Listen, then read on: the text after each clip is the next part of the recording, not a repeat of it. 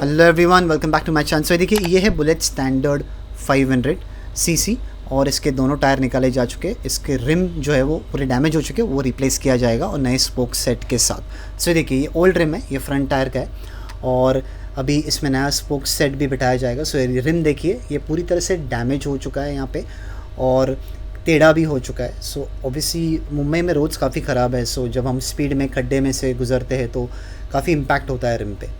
अभी ये रिम पूरी तरह से डैमेज हो चुका है और ये देखिए, ये नया स्पोक सेट है। सो आगे जाके मैं वीडियो में आपको स्पोक सेट का और रिम का प्राइस भी बताऊंगा।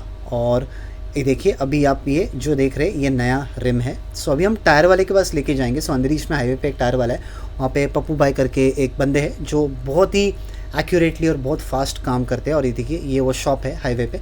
सो अभी हम यहाँ पे आए हैं, यहाँ पे स्पोक्स फिटिंग होगा रिम को एंड देन उसके बाद ऑब्वियसली टायर फिटिंग होगा और फिर वो बुलेट पे फिट हो जाएगा। सो देखिए, ये मेन हब है और हब के ऊपर स्पोक्स बिठा के अभी ये रिम में फिट किया जाएगा। अभी आप जस्ट नज़र रखिए उनके हाथ पे, इतना फास्ट काम करते हैं और ये काफ़ी सालों से ये काम करते हैं।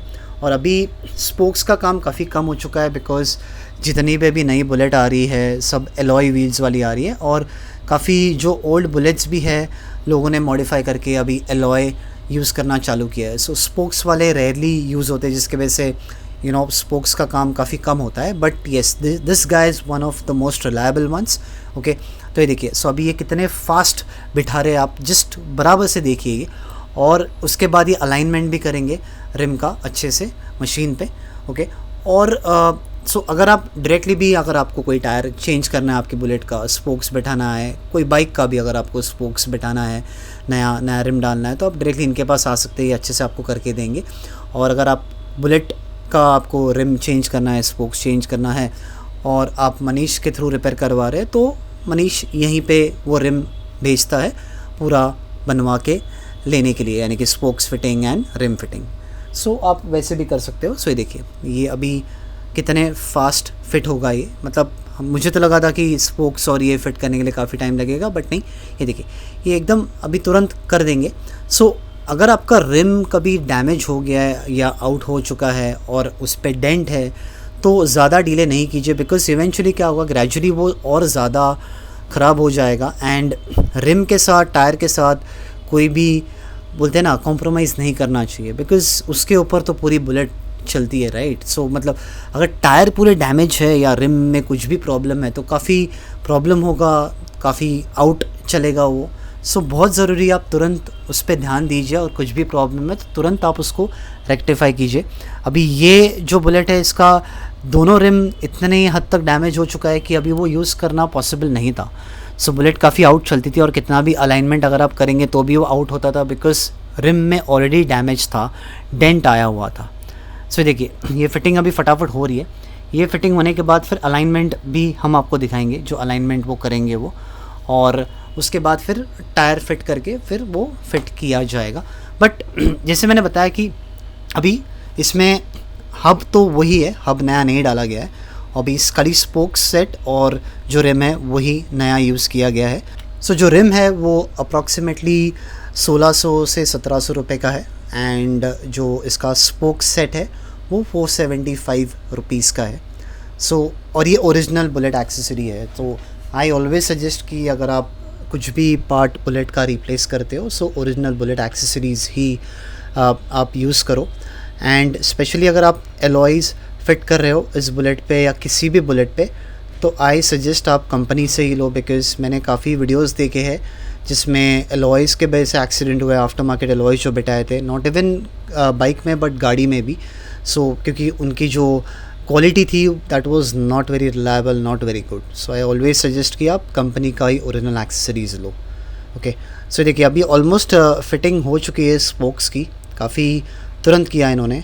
एंड जैसे मैंने बताया, ये हाईवे पे जो शॉप है, यहाँ पे जो पप्पू भाई है वो काफ़ी अच्छा काम करते हैं। सो अभी ये फिटिंग होने के बाद आप व्हील अलाइनमेंट देखेंगे इसमें।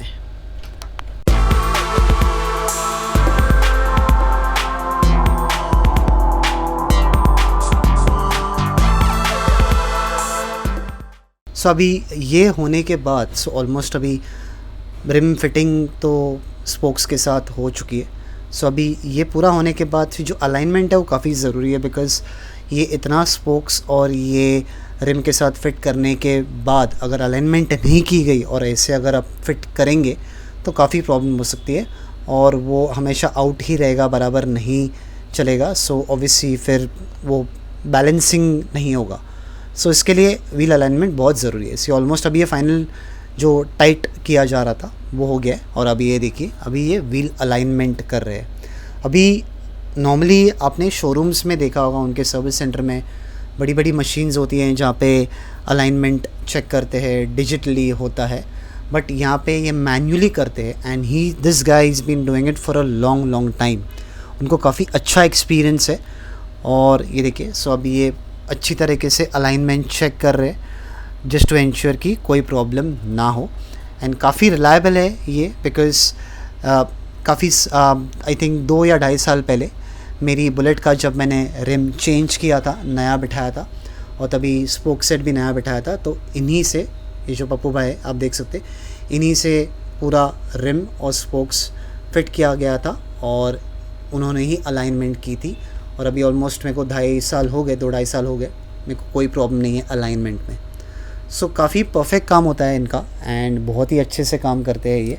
सो ये देखिए, और अभी ये फिर पूरा अलाइनमेंट सेटिंग होने के बाद देन टायर फिट करके फिर वो पूरा व्हील बुलेट में फ़िट किया जाएगा। सो अगर आपके बुलेट में कभी भी ऐसे कुछ प्रॉब्लम हो अलाइनमेंट का या आपका रिम डैमेज हो गया है, कभी कभी क्या होता है जब पंचर निकाला जाता है एंड स्पेशली अगर वो बंदा टायर वाला जो एक्सपीरियंस नहीं होगा, कभी हम हाईवे पे जाते हैं तो वहाँ पे काफ़ी लोग हैं जो बुलेट का पंचर निकालने से डरते। सो उनका जो मैकेनिज़्म है पूरा ओपन करने के लिए काफ़ी कॉम्प्लिकेटेड है। सो उस वजह से वो क्या होता है कि काफ़ी लोग बोलते हैं कि नहीं यार मैं बुलेट का पंचर नहीं निकालूंगा, बट देन कुछ जन करते हैं लेकिन टायर निकालते हैं वो काफ़ी डैमेज करते हैं रिम को, उनको हैमर यूज़ करना पड़ता है। सो उस वजह से भी डैमेज होता है रिम पे। सो हमें लगता है कि ठीक है एक हथौड़ा मार दिया थोड़ा सा टायर निकालने के लिए, इट्स नॉर्मल, बट देन नहीं, वो रिम को डैमेज करता है। सो एक अच्छा टेक्निक होता है टायर निकालने का बिना डैमेज किए गए, हर एक को नहीं जमता है वो। सो इस वजह से रिम अच्छा होना बहुत बहुत ही ज़रूरी है। सो देखिए, सो अभी ऑलमोस्ट ये अलाइनमेंट ख़त्म हो चुका है। सो ये अभी होने के बाद फिर हम वापस गैरेज पे लेके जाएंगे और टायर फिट करके फिर वो पूरा व्हील फिट हो जाएगा। सो इसी तरीके से पीछे का टायर का भी रिम और स्पोक पूरा फिटिंग करके अलाइनमेंट किया जाएगा। So I hope you like this video guys. अगर आपको कुछ भी क्वेश्चंस हो इसके बारे में, do feel free to message me, I will be more than happy to help. Thank you so much for watching this video. Keep watching my videos, subscribe to my channel, and I will see you in another interesting video. Thank you. Bye bye.